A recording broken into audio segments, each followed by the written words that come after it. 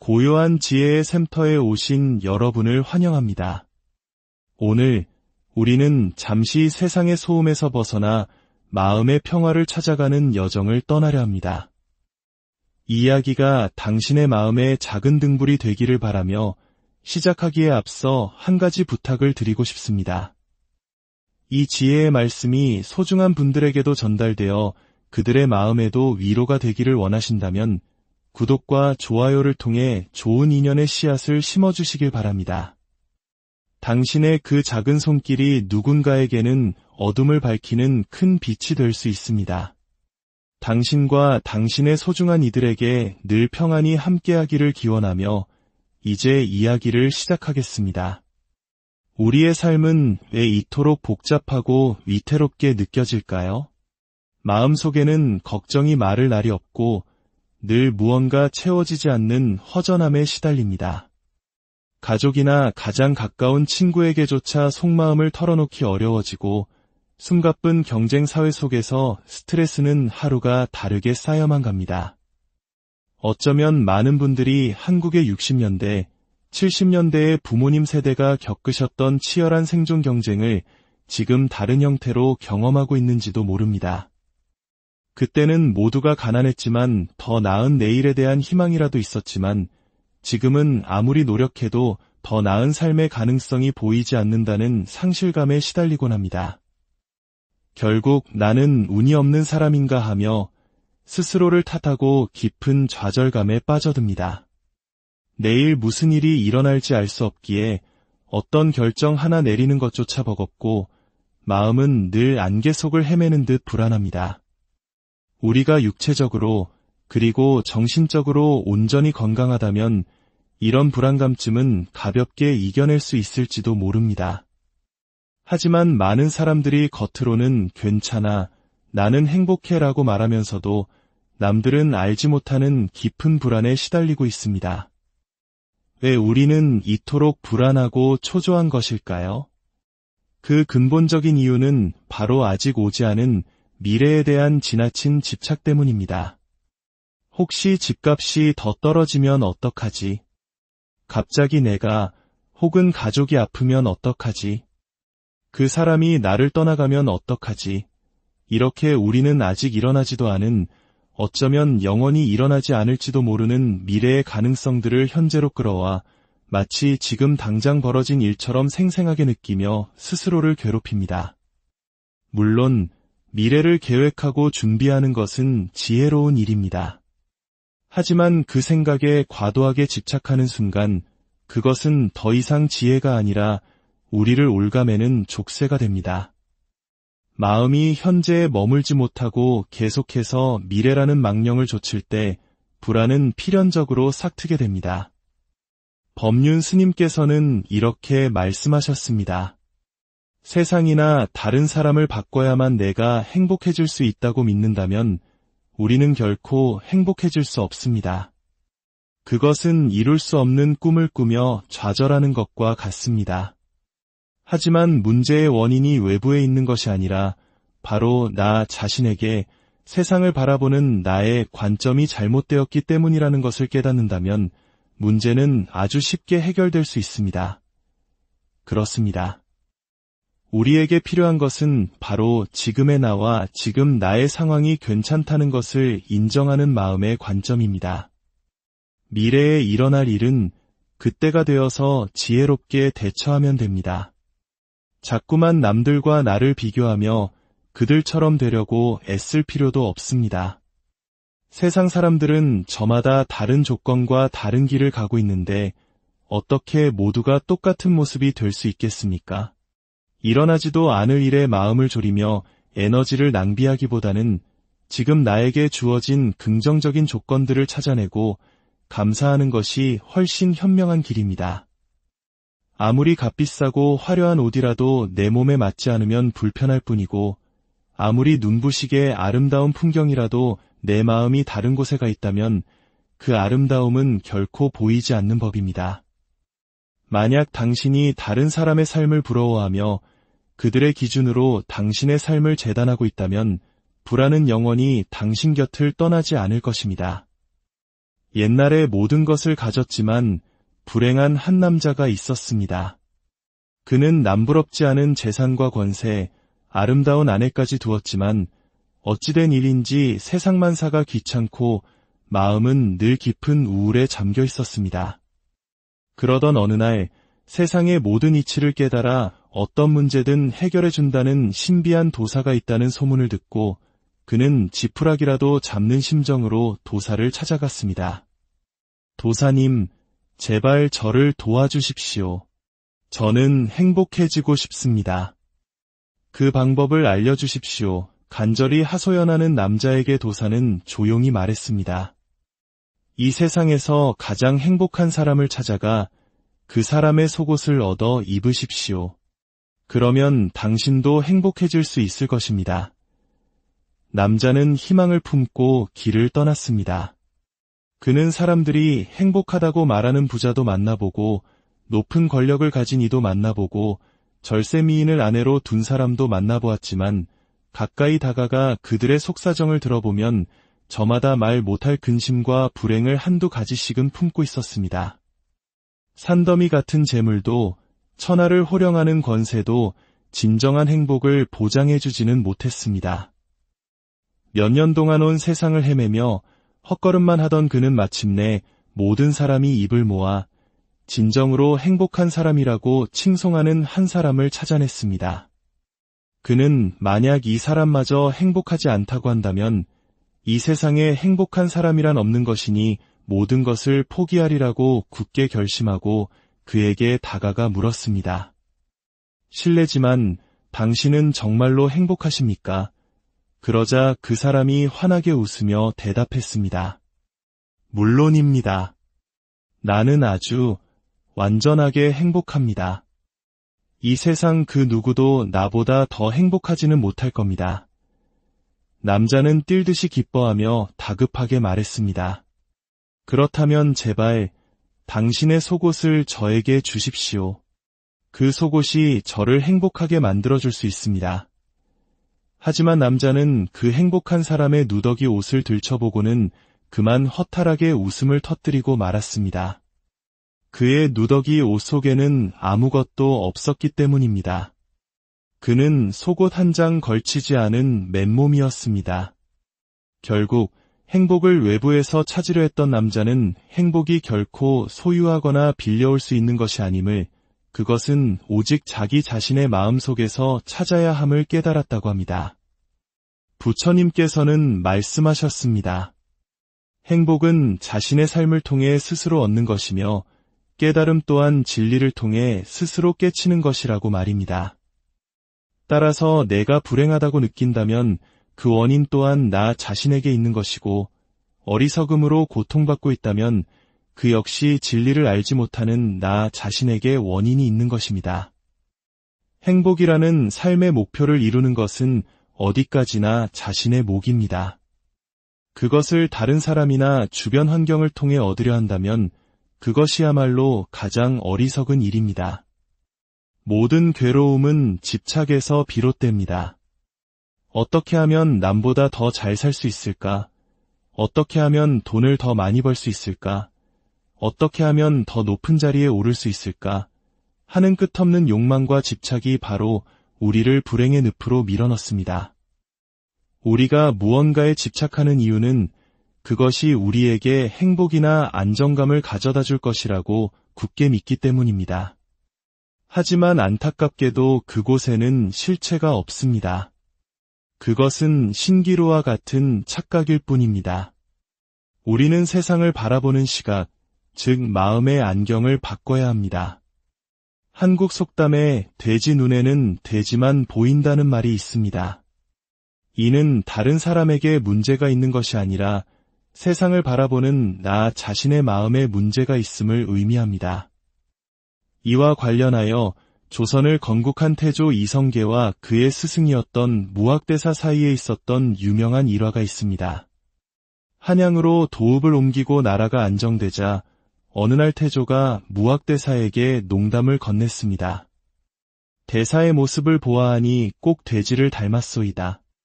그러자 무학대사는 온화한 미소를 지으며 답했습니다. 전하의 모습을 배우니 마치 부처님을 보는 듯합니다. 자신을 대지에 비유한 대사가 괘씸했던 태조는 불쾌한 듯 물었습니다. 나는 대사를 대지라 하였는데 어찌하여 대사는 나를 부처라 하는 것이오? 무학대사는 조용히 답했습니다. 전하, 본래 세상 만물은 부처의 눈으로 보면 모든 것이 부처님처럼 보이고 돼지의 눈으로 보면 모든 것이 돼지처럼 보이는 법이옵니다. 이 말을 들은 태조는 자신의 편협함을 깨닫고 너털웃음을 터뜨렸다고 합니다. 이 이야기는 우리에게 중요한 가르침을 줍니다. 세상의 아름다움은 내 마음에 먼저 아름다움이 자리 잡아야 비로소 보인다는 것입니다. 우리는 스스로가 어떤 색안경을 끼고 세상을 바라보고 있는지 항상 성찰해야 합니다. 나라는 생각, 나의 것이라는 생각이 강해질수록 그것을 잃을지도 모른다는 불안감은 더욱 커집니다. 나와 나의 것에 집착하는 마음이 자리 잡고 있는 한 우리는 결코 불안으로부터 자유로워질 수 없습니다. 옛날 부처님께서 사위국의 기수급 고도권에 머무실 때의 일입니다. 한 브라만에게 14살 된 딸이 있었습니다.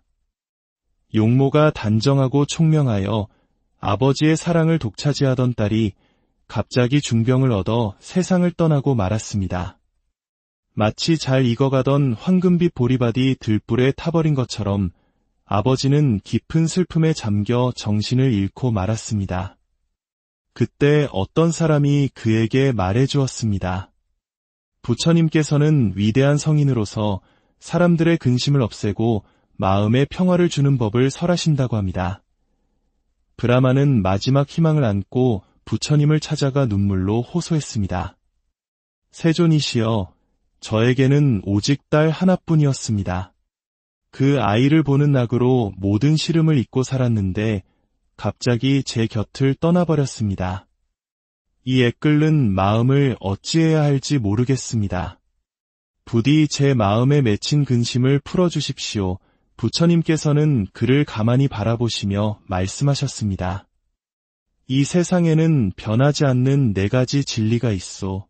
첫째, 영원할 것 같은 것도 반드시 쓰러지게 마련이며, 둘째, 부유한 것도 반드시 가난해질 때가 있으며, 셋째, 만남이 있으면 반드시 헤어짐이 있으며, 넷째, 건강한 것도 반드시 죽음을 맞이한다는 것이오. 그리고는 개송을 읊으셨습니다.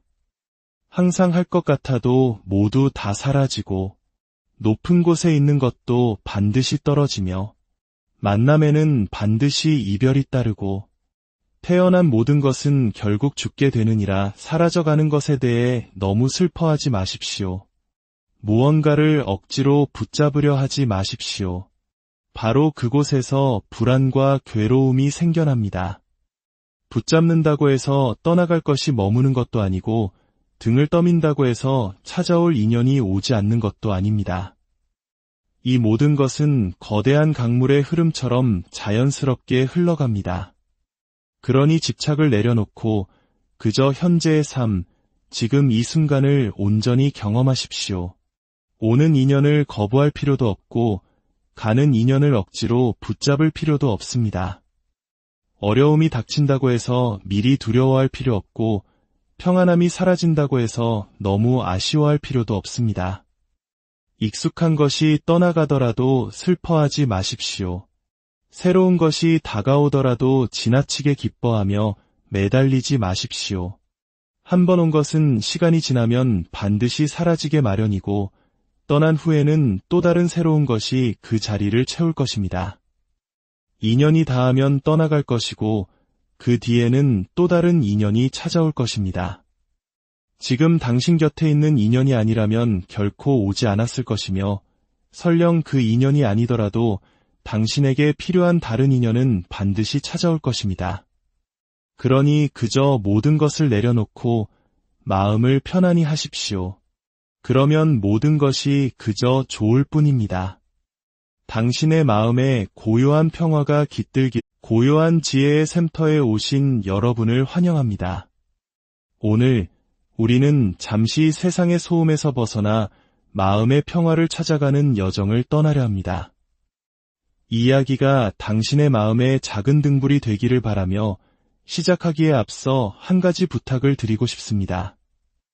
이 지혜의 말씀이 소중한 분들에게도 전달되어 그들의 마음에도 위로가 되기를 원하신다면 구독과 좋아요를 통해 좋은 인연의 씨앗을 심어주시길 바랍니다. 당신의 그 작은 손길이 누군가에게는 어둠을 밝히는 큰 빛이 될 수 있습니다. 당신과 당신의 소중한 이들에게 늘 평안히 함께하기를 기원하며 이제 이야기를 시작하겠습니다. 우리의 삶은 왜 이토록 복잡하고 위태롭게 느껴질까요? 마음속에는 걱정이 마를 날이 없고 늘 무언가 채워지지 않는 허전함에 시달립니다. 가족이나 가장 가까운 친구에게조차 속마음을 털어놓기 어려워지고 숨가쁜 경쟁 사회 속에서 스트레스는 하루가 다르게 쌓여만 갑니다. 어쩌면 많은 분들이 한국의 60년대, 70년대의 부모님 세대가 겪으셨던 치열한 생존 경쟁을 지금 다른 형태로 경험하고 있는지도 모릅니다. 그때는 모두가 가난했지만 더 나은 내일에 대한 희망이라도 있었지만 지금은 아무리 노력해도 더 나은 삶의 가능성이 보이지 않는다는 상실감에 시달리곤 합니다. 결국 나는 운이 없는 사람인가 하며 스스로를 탓하고 깊은 좌절감에 빠져듭니다. 내일 무슨 일이 일어날지 알 수 없기에 어떤 결정 하나 내리는 것조차 버겁고 마음은 늘 안개 속을 헤매는 듯 불안합니다. 우리가 육체적으로 그리고 정신적으로 온전히 건강하다면 이런 불안감쯤은 가볍게 이겨낼 수 있을지도 모릅니다. 하지만 많은 사람들이 겉으로는 괜찮아, 나는 행복해라고 말하면서도 남들은 알지 못하는 깊은 불안에 시달리고 있습니다. 왜 우리는 이토록 불안하고 초조한 것일까요? 그 근본적인 이유는 바로 아직 오지 않은 미래에 대한 지나친 집착 때문입니다. 혹시 집값이 더 떨어지면 어떡하지?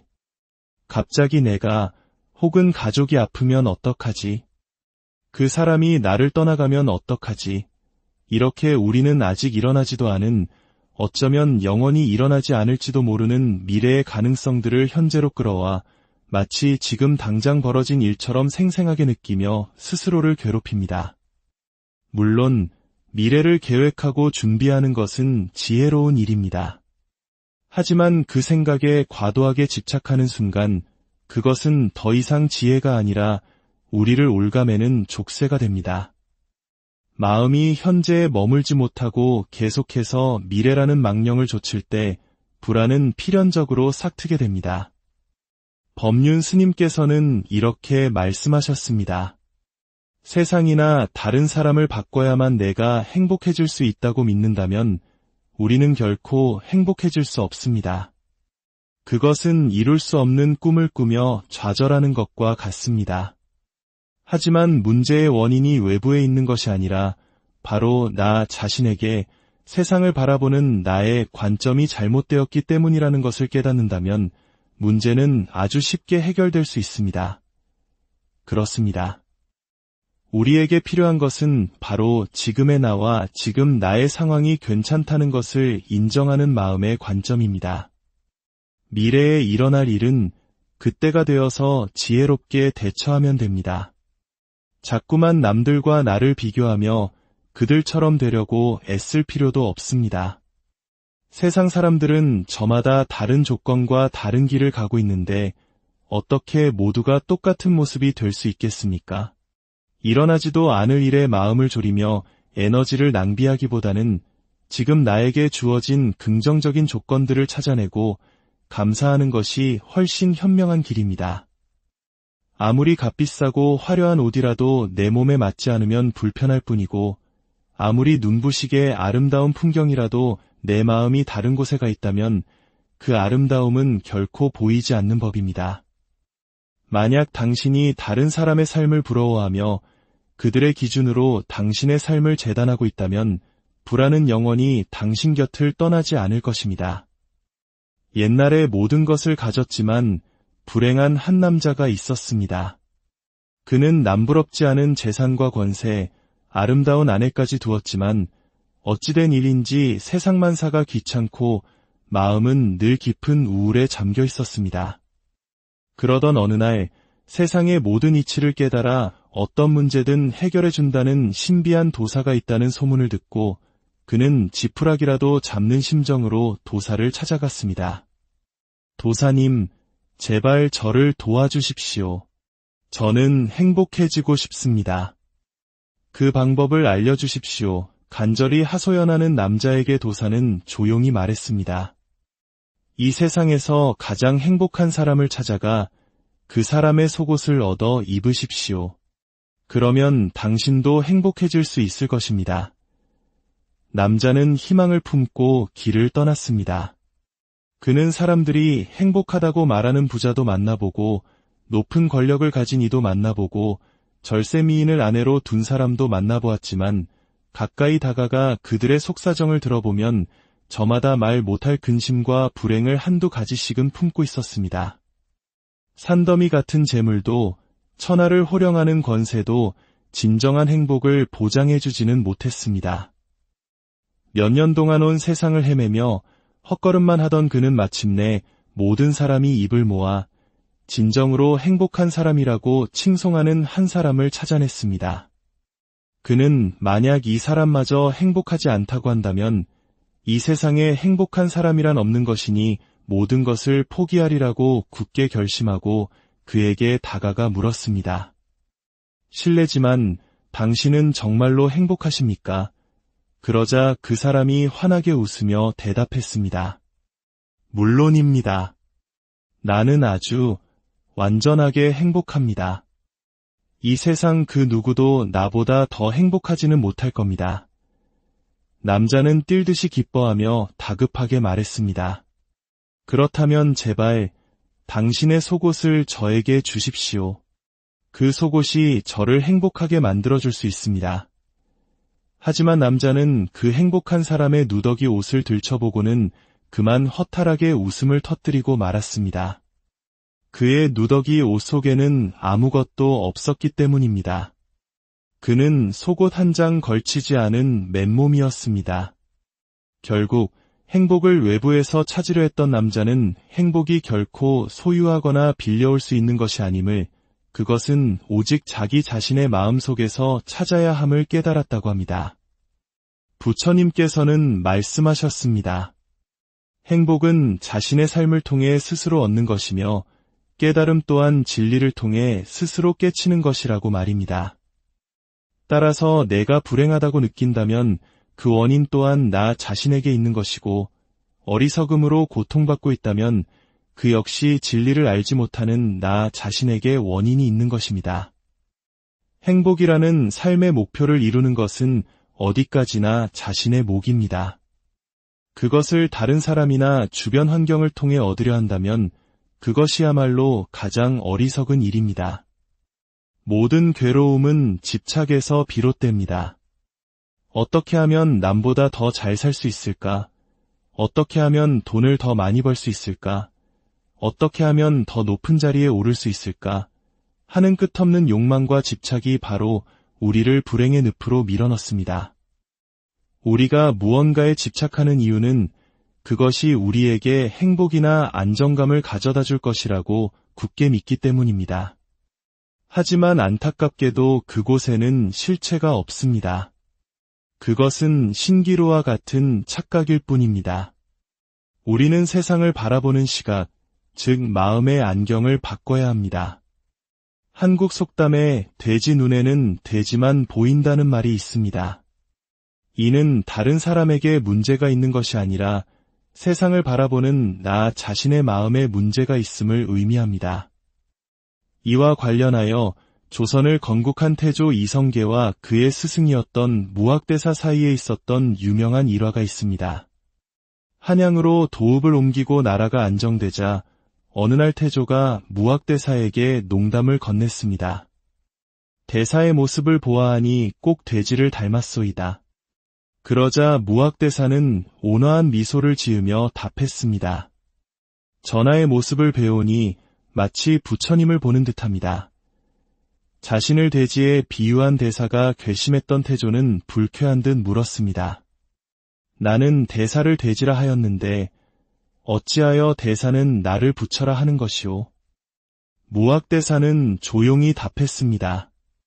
전하, 본래 세상 만물은 부처의 눈으로 보면 모든 것이 부처님처럼 보이고 돼지의 눈으로 보면 모든 것이 돼지처럼 보이는 법이옵니다. 이 말을 들은 태조는 자신의 편협함을 깨닫고 너털웃음을 터뜨렸다고 합니다. 이 이야기는 우리에게 중요한 가르침을 줍니다. 세상의 아름다움은 내 마음에 먼저 아름다움이 자리 잡아야 비로소 보인다는 것입니다. 우리는 스스로가 어떤 색안경을 끼고 세상을 바라보고 있는지 항상 성찰해야 합니다. 나라는 생각, 나의 것이라는 생각이 강해질수록 그것을 잃을지도 모른다는 불안감은 더욱 커집니다. 나와 나의 것에 집착하는 마음이 자리 잡고 있는 한 우리는 결코 불안으로부터 자유로워질 수 없습니다. 옛날 부처님께서 사위국의 기수급 고도권에 머무실 때의 일입니다. 한 브라만에게 14살 된 딸이 있었습니다. 용모가 단정하고 총명하여 아버지의 사랑을 독차지하던 딸이 갑자기 중병을 얻어 세상을 떠나고 말았습니다. 마치 잘 익어가던 황금빛 보리밭이 들불에 타버린 것처럼 아버지는 깊은 슬픔에 잠겨 정신을 잃고 말았습니다. 그때 어떤 사람이 그에게 말해주었습니다. 부처님께서는 위대한 성인으로서 사람들의 근심을 없애고 마음의 평화를 주는 법을 설하신다고 합니다. 브라마는 마지막 희망을 안고 부처님을 찾아가 눈물로 호소했습니다. 세존이시여, 저에게는 오직 딸 하나뿐이었습니다. 그 아이를 보는 낙으로 모든 시름을 잊고 살았는데 갑자기 제 곁을 떠나버렸습니다. 이 애끓는 마음을 어찌해야 할지 모르겠습니다. 부디 제 마음에 맺힌 근심을 풀어주십시오. 부처님께서는 그를 가만히 바라보시며 말씀하셨습니다. 이 세상에는 변하지 않는 4가지 진리가 있소. 첫째, 영원할 것 같은 것도 반드시 쓰러지게 마련이며, 둘째, 부유한 것도 반드시 가난해질 때가 있으며, 셋째, 만남이 있으면 반드시 헤어짐이 있으며, 넷째, 건강한 것도 반드시 죽음을 맞이한다는 것이오. 그리고는 개송을 읊으셨습니다. 항상 할 것 같아도 모두 다 사라지고, 높은 곳에 있는 것도 반드시 떨어지며, 만남에는 반드시 이별이 따르고, 태어난 모든 것은 결국 죽게 되느니라. 사라져가는 것에 대해 너무 슬퍼하지 마십시오. 무언가를 억지로 붙잡으려 하지 마십시오. 바로 그곳에서 불안과 괴로움이 생겨납니다. 붙잡는다고 해서 떠나갈 것이 머무는 것도 아니고 등을 떠민다고 해서 찾아올 인연이 오지 않는 것도 아닙니다. 이 모든 것은 거대한 강물의 흐름처럼 자연스럽게 흘러갑니다.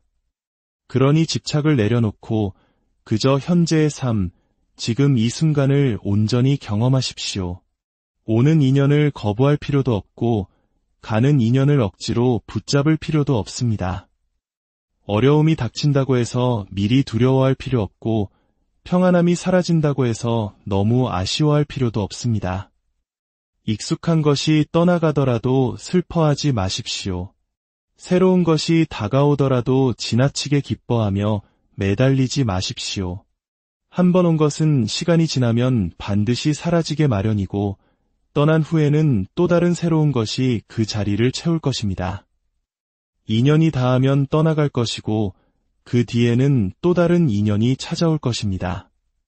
지금 당신 곁에 있는 인연이 아니라면 결코 오지 않았을 것이며 설령 그 인연이 아니더라도 당신에게 필요한 다른 인연은 반드시 찾아올 것입니다.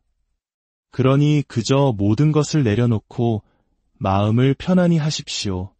그러면 모든 것이 그저 좋을 뿐입니다. 당신의 마음에 고요한 평화가 깃들기, 고요한 지혜의 샘터에 오신 여러분을 환영합니다. 오늘 우리는 잠시 세상의 소음에서 벗어나 마음의 평화를 찾아가는 여정을 떠나려 합니다. 이 이야기가 당신의 마음에 작은 등불이 되기를 바라며 시작하기에 앞서 한 가지 부탁을 드리고 싶습니다. 이 지혜의 말씀이 소중한 분들에게도 전달되어 그들의 마음에도 위로가 되기를 원하신다면 구독과 좋아요를 통해 좋은 인연의 씨앗을 심어주시길 바랍니다. 당신의 그 작은 손길이 누군가에게는 어둠을 밝히는 큰 빛이 될 수 있습니다.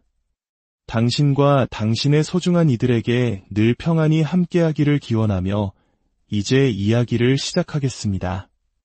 우리의 삶은 왜 이토록 복잡하고 위태롭게 느껴질까요?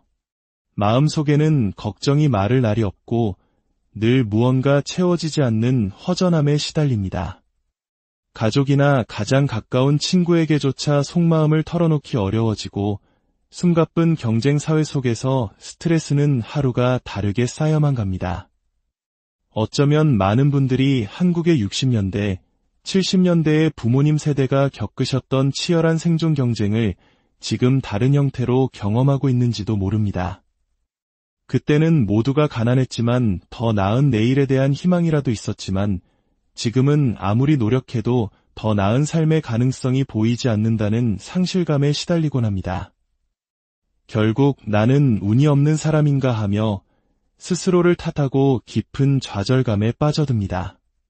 내일 무슨 일이 일어날지 알 수 없기에 어떤 결정 하나 내리는 것조차 버겁고 마음은 늘 안개 속을 헤매는 듯 불안합니다. 우리가 육체적으로 그리고 정신적으로 온전히 건강하다면 이런 불안감쯤은 가볍게 이겨낼 수 있을지도 모릅니다. 하지만 많은 사람들이 겉으로는 괜찮아, 나는 행복해라고 말하면서도 남들은 알지 못하는 깊은 불안에 시달리고 있습니다. 왜 우리는 이토록 불안하고 초조한 것일까요? 그 근본적인 이유는 바로 아직 오지 않은 미래에 대한 지나친 집착 때문입니다. 혹시 집값이 더 떨어지면 어떡하지? 갑자기 내가 혹은 가족이 아프면 어떡하지? 그 사람이 나를 떠나가면 어떡하지?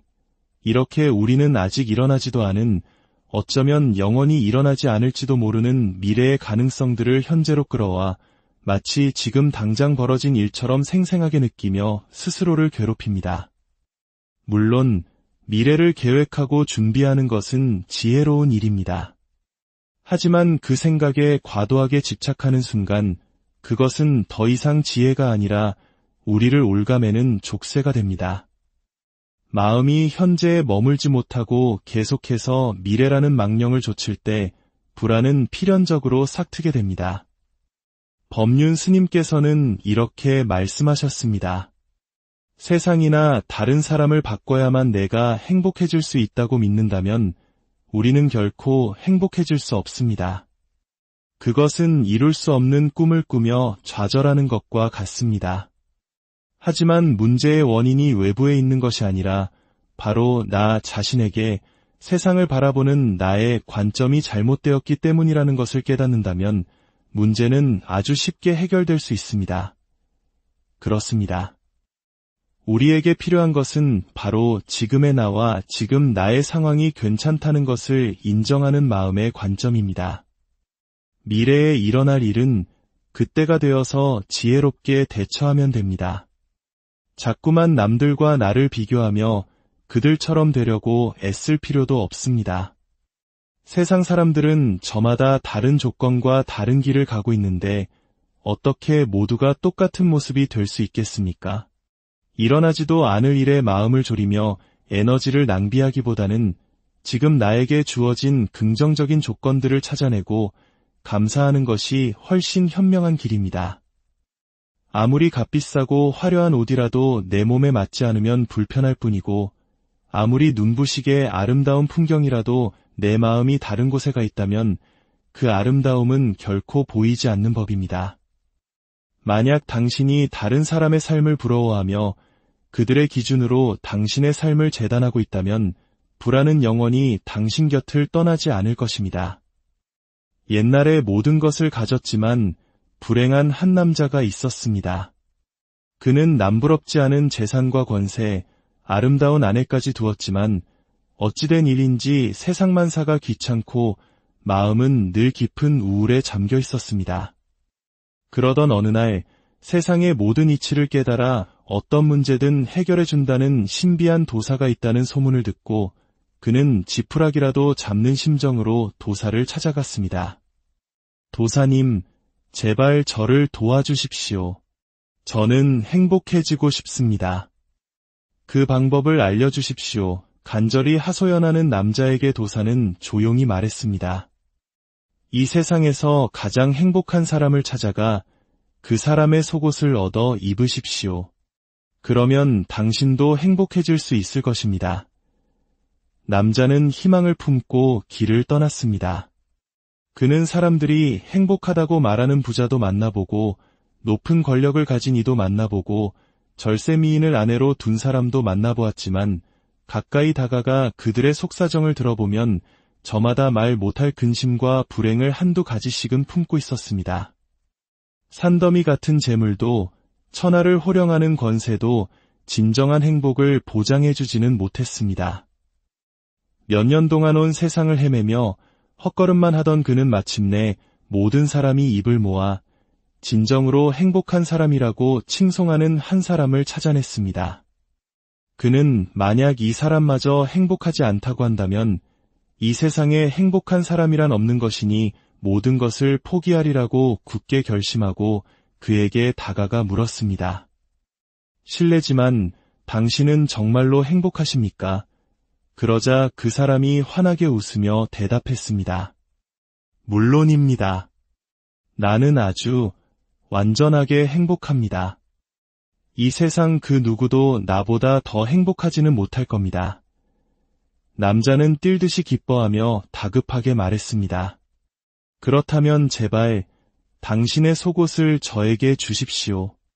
그 속옷이 저를 행복하게 만들어줄 수 있습니다.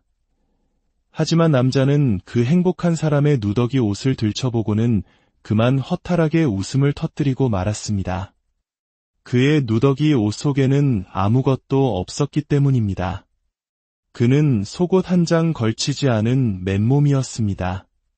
결국 행복을 외부에서 찾으려 했던 남자는 행복이 결코 소유하거나 빌려올 수 있는 것이 아님을, 그것은 오직 자기 자신의 마음속에서 찾아야 함을 깨달았다고 합니다. 부처님께서는 말씀하셨습니다. 행복은 자신의 삶을 통해 스스로 얻는 것이며 깨달음 또한 진리를 통해 스스로 깨치는 것이라고 말입니다. 따라서 내가 불행하다고 느낀다면 그 원인 또한 나 자신에게 있는 것이고, 어리석음으로 고통받고 있다면 그 역시 진리를 알지 못하는 나 자신에게 원인이 있는 것입니다. 행복이라는 삶의 목표를 이루는 것은 어디까지나 자신의 몫입니다. 그것을 다른 사람이나 주변 환경을 통해 얻으려 한다면 그것이야말로 가장 어리석은 일입니다. 모든 괴로움은 집착에서 비롯됩니다. 어떻게 하면 남보다 더 잘 살 수 있을까? 어떻게 하면 돈을 더 많이 벌 수 있을까? 어떻게 하면 더 높은 자리에 오를 수 있을까? 하는 끝없는 욕망과 집착이 바로 우리를 불행의 늪으로 밀어넣습니다.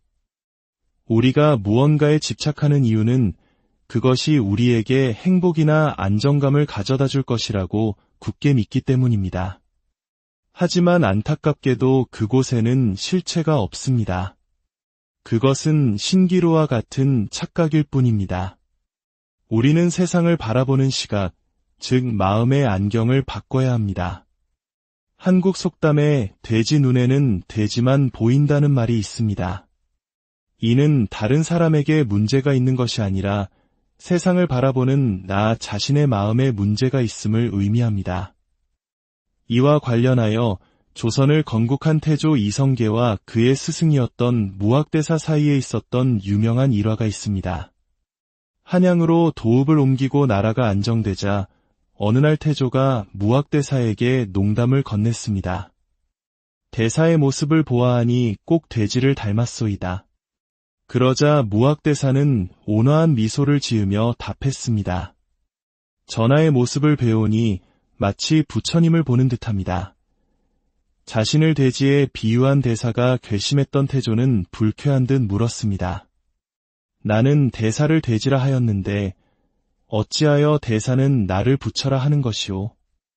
무학대사는 조용히 답했습니다. 전하, 본래 세상 만물은 부처의 눈으로 보면 모든 것이 부처님처럼 보이고 돼지의 눈으로 보면 모든 것이 돼지처럼 보이는 법이옵니다. 이 말을 들은 태조는 자신의 편협함을 깨닫고 너털웃음을 터뜨렸다고 합니다. 이 이야기는 우리에게 중요한 가르침을 줍니다. 세상의 아름다움은 내 마음에 먼저 아름다움이 자리 잡아야 비로소 보인다는 것입니다.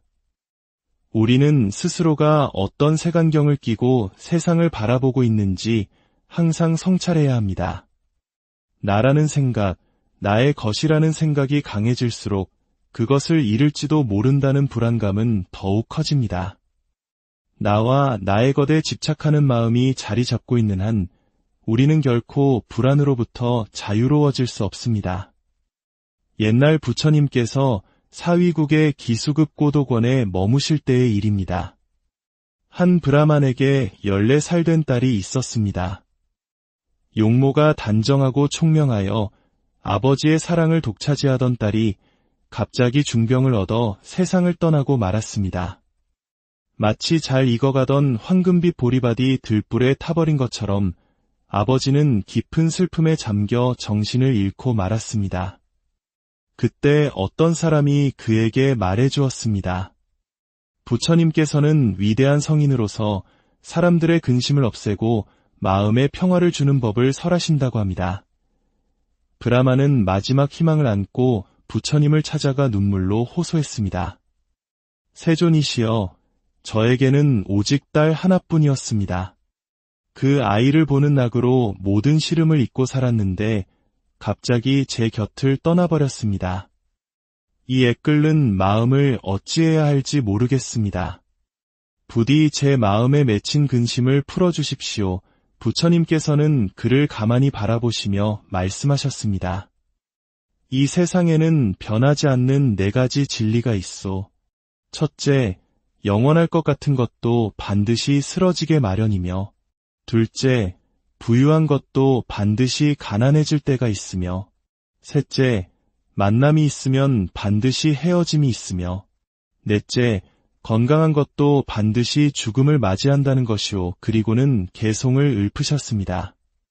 항상 할 것 같아도 모두 다 사라지고, 높은 곳에 있는 것도 반드시 떨어지며, 만남에는 반드시 이별이 따르고, 태어난 모든 것은 결국 죽게 되느니라. 사라져가는 것에 대해 너무 슬퍼하지 마십시오.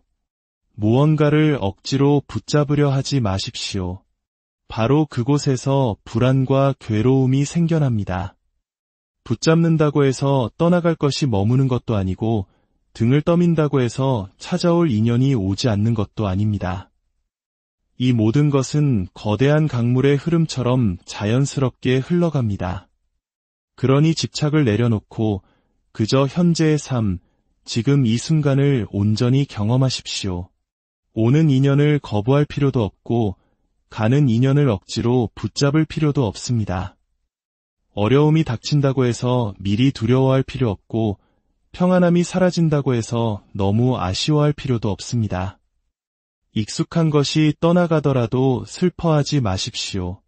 새로운 것이 다가오더라도 지나치게 기뻐하며 매달리지 마십시오. 한 번 온 것은 시간이 지나면 반드시 사라지게 마련이고 떠난 후에는 또 다른 새로운 것이 그 자리를 채울 것입니다. 인연이 닿으면 떠나갈 것이고 그 뒤에는 또 다른 인연이 찾아올 것입니다. 지금 당신 곁에 있는 인연이 아니라면 결코 오지 않았을 것이며 설령 그 인연이 아니더라도 당신에게 필요한 다른 인연은 반드시 찾아올 것입니다. 그러니 그저 모든 것을 내려놓고 마음을 편안히 하십시오. 그러면 모든 것이 그저 좋을 뿐입니다. 당신의 마음에 고요한 평화가 깃들기, 고요한 지혜의 샘터에 오신 여러분을 환영합니다. 오늘 우리는 잠시 세상의 소음에서 벗어나 마음의 평화를 찾아가는 여정을 떠나려 합니다. 이 이야기가 당신의 마음에 작은 등불이 되기를 바라며 시작하기에 앞서 한 가지 부탁을 드리고 싶습니다. 이 지혜의 말씀이 소중한 분들에게도 전달되어 그들의 마음에도 위로가 되기를 원하신다면 구독과 좋아요를 통해 좋은 인연의 씨앗을 심어주시길 바랍니다. 당신의 그 작은 손길이 누군가에게는 어둠을 밝히는 큰 빛이 될 수 있습니다. 당신과 당신의 소중한 이들에게 늘 평안히 함께하기를 기원하며 이제 이야기를 시작하겠습니다. 우리의 삶은 왜 이토록 복잡하고 위태롭게 느껴질까요? 마음속에는 걱정이 마를 날이 없고 늘 무언가 채워지지 않는 허전함에 시달립니다. 가족이나 가장 가까운 친구에게조차 속마음을 털어놓기 어려워지고 숨가쁜 경쟁 사회 속에서 스트레스는 하루가 다르게 쌓여만 갑니다. 어쩌면 많은 분들이 한국의 60년대, 70년대의 부모님 세대가 겪으셨던 치열한 생존 경쟁을 지금 다른 형태로 경험하고 있는지도 모릅니다.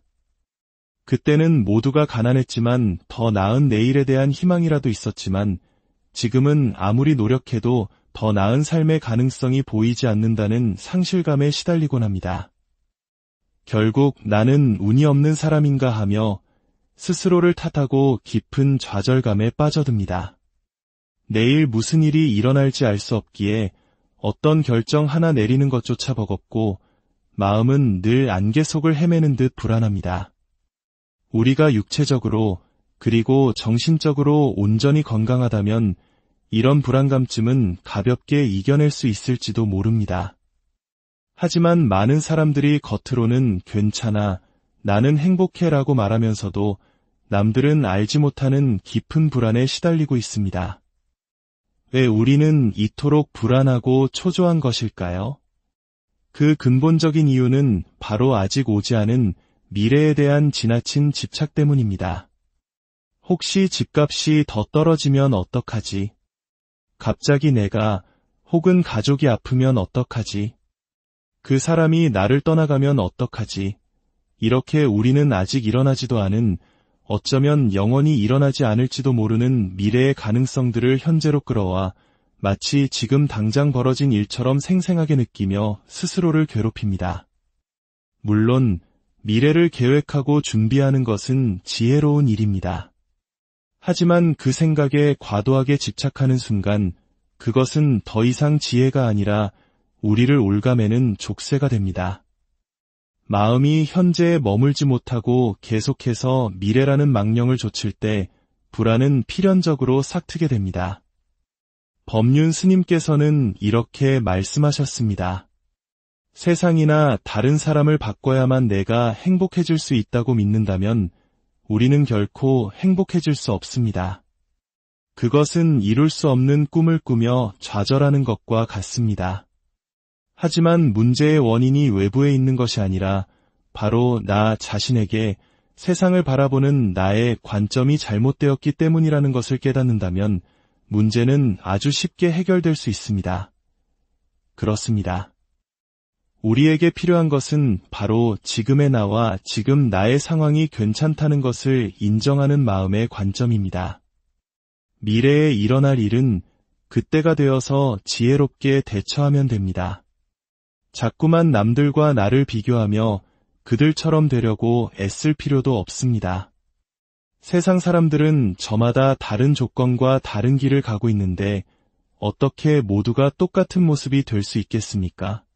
일어나지도 않을 일에 마음을 졸이며 에너지를 낭비하기보다는 지금 나에게 주어진 긍정적인 조건들을 찾아내고 감사하는 것이 훨씬 현명한 길입니다. 아무리 값비싸고 화려한 옷이라도 내 몸에 맞지 않으면 불편할 뿐이고 아무리 눈부시게 아름다운 풍경이라도 내 마음이 다른 곳에 가 있다면 그 아름다움은 결코 보이지 않는 법입니다. 만약 당신이 다른 사람의 삶을 부러워하며 그들의 기준으로 당신의 삶을 재단하고 있다면 불안은 영원히 당신 곁을 떠나지 않을 것입니다. 옛날에 모든 것을 가졌지만 불행한 한 남자가 있었습니다. 그는 남부럽지 않은 재산과 권세, 아름다운 아내까지 두었지만 어찌된 일인지 세상만사가 귀찮고 마음은 늘 깊은 우울에 잠겨 있었습니다. 그러던 어느 날 세상의 모든 이치를 깨달아 어떤 문제든 해결해준다는 신비한 도사가 있다는 소문을 듣고 그는 지푸라기라도 잡는 심정으로 도사를 찾아갔습니다. 도사님, 제발 저를 도와주십시오. 저는 행복해지고 싶습니다. 그 방법을 알려주십시오. 간절히 하소연하는 남자에게 도사는 조용히 말했습니다. 이 세상에서 가장 행복한 사람을 찾아가 그 사람의 속옷을 얻어 입으십시오. 그러면 당신도 행복해질 수 있을 것입니다. 남자는 희망을 품고 길을 떠났습니다. 그는 사람들이 행복하다고 말하는 부자도 만나보고 높은 권력을 가진 이도 만나보고 절세미인을 아내로 둔 사람도 만나보았지만 가까이 다가가 그들의 속사정을 들어보면 저마다 말 못할 근심과 불행을 한두 가지씩은 품고 있었습니다. 산더미 같은 재물도 천하를 호령하는 권세도 진정한 행복을 보장해주지는 못했습니다. 몇 년 동안 온 세상을 헤매며 헛걸음만 하던 그는 마침내 모든 사람이 입을 모아 진정으로 행복한 사람이라고 칭송하는 한 사람을 찾아냈습니다. 그는 만약 이 사람마저 행복하지 않다고 한다면 이 세상에 행복한 사람이란 없는 것이니 모든 것을 포기하리라고 굳게 결심하고 그에게 다가가 물었습니다. 실례지만 당신은 정말로 행복하십니까? 그러자 그 사람이 환하게 웃으며 대답했습니다. 물론입니다. 나는 아주 완전하게 행복합니다. 이 세상 그 누구도 나보다 더 행복하지는 못할 겁니다. 남자는 뛸 듯이 기뻐하며 다급하게 말했습니다. 그렇다면 제발 당신의 속옷을 저에게 주십시오. 그 속옷이 저를 행복하게 만들어줄 수 있습니다. 하지만 남자는 그 행복한 사람의 누더기 옷을 들춰보고는 그만 허탈하게 웃음을 터뜨리고 말았습니다. 그의 누더기 옷 속에는 아무것도 없었기 때문입니다. 그는 속옷 한 장 걸치지 않은 맨몸이었습니다. 결국 행복을 외부에서 찾으려 했던 남자는 행복이 결코 소유하거나 빌려올 수 있는 것이 아님을, 그것은 오직 자기 자신의 마음속에서 찾아야 함을 깨달았다고 합니다. 부처님께서는 말씀하셨습니다. 행복은 자신의 삶을 통해 스스로 얻는 것이며 깨달음 또한 진리를 통해 스스로 깨치는 것이라고 말입니다. 따라서 내가 불행하다고 느낀다면 그 원인 또한 나 자신에게 있는 것이고, 어리석음으로 고통받고 있다면 그 역시 진리를 알지 못하는 나 자신에게 원인이 있는 것입니다.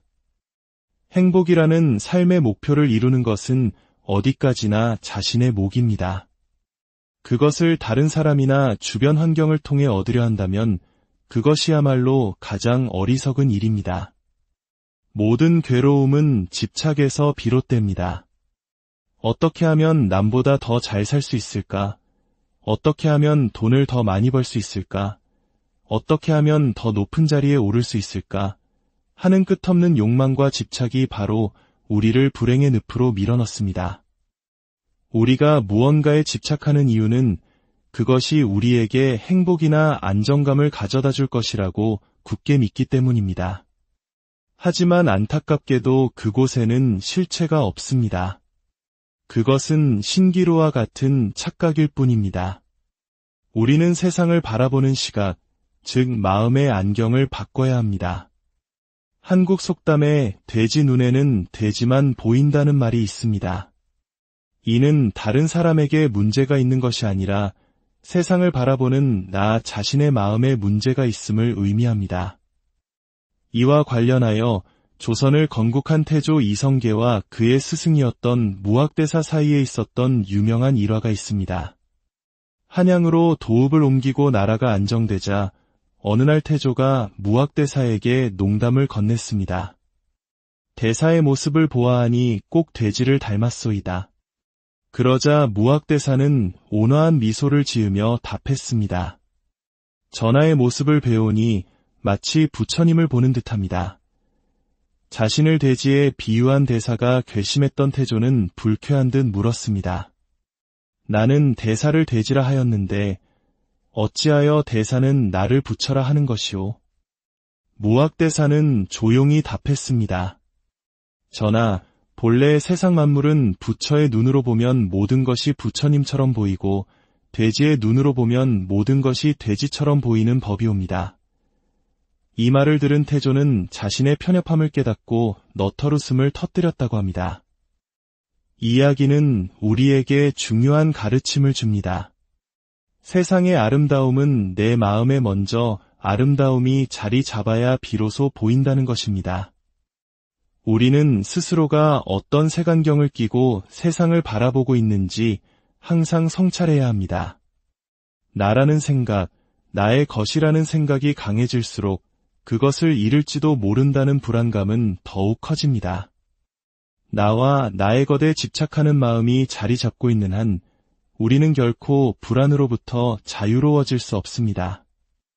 옛날 부처님께서 사위국의 기수급 고도권에 머무실 때의 일입니다. 한 브라만에게 14살 된 딸이 있었습니다. 용모가 단정하고 총명하여 아버지의 사랑을 독차지하던 딸이 갑자기 중병을 얻어 세상을 떠나고 말았습니다. 마치 잘 익어가던 황금빛 보리밭이 들불에 타버린 것처럼 아버지는 깊은 슬픔에 잠겨 정신을 잃고 말았습니다. 그때 어떤 사람이 그에게 말해주었습니다. 부처님께서는 위대한 성인으로서 사람들의 근심을 없애고 마음의 평화를 주는 법을 설하신다고 합니다. 브라마는 마지막 희망을 안고 부처님을 찾아가 눈물로 호소했습니다. 세존이시여, 저에게는 오직 딸 하나뿐이었습니다. 그 아이를 보는 낙으로 모든 시름을 잊고 살았는데 갑자기 제 곁을 떠나버렸습니다. 이 애끓는 마음을 어찌해야 할지 모르겠습니다. 부디 제 마음에 맺힌 근심을 풀어주십시오. 부처님께서는 그를 가만히 바라보시며 말씀하셨습니다. 이 세상에는 변하지 않는 4가지 진리가 있소. 첫째, 영원할 것 같은 것도 반드시 쓰러지게 마련이며, 둘째, 부유한 것도 반드시 가난해질 때가 있으며, 셋째, 만남이 있으면 반드시 헤어짐이 있으며, 넷째, 건강한 것도 반드시 죽음을 맞이한다는 것이오. 그리고는 개송을 읊으셨습니다. 항상 할 것 같아도 모두 다 사라지고, 높은 곳에 있는 것도 반드시 떨어지며, 만남에는 반드시 이별이 따르고, 태어난 모든 것은 결국 죽게 되느니라. 사라져가는 것에 대해 너무 슬퍼하지 마십시오.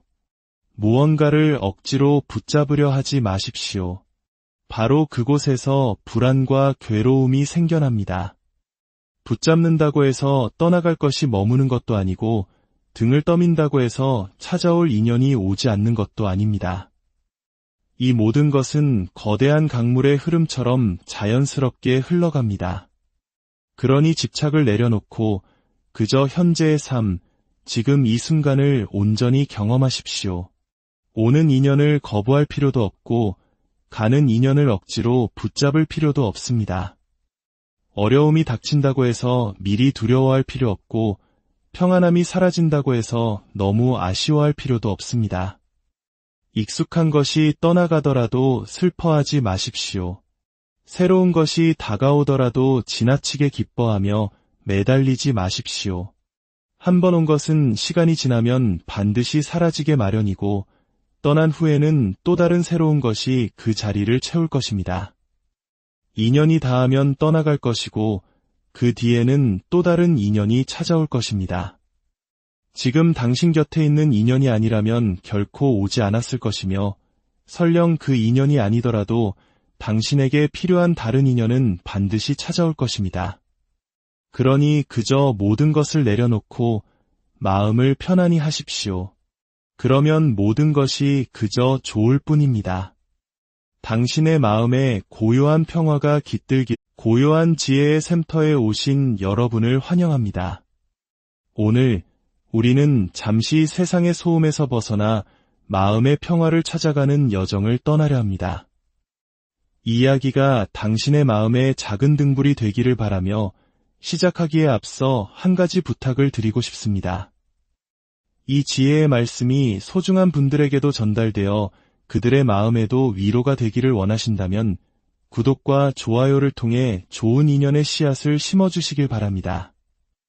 당신의 그 작은 손길이 누군가에게는 어둠을 밝히는 큰 빛이 될 수 있습니다. 당신과 당신의 소중한 이들에게 늘 평안이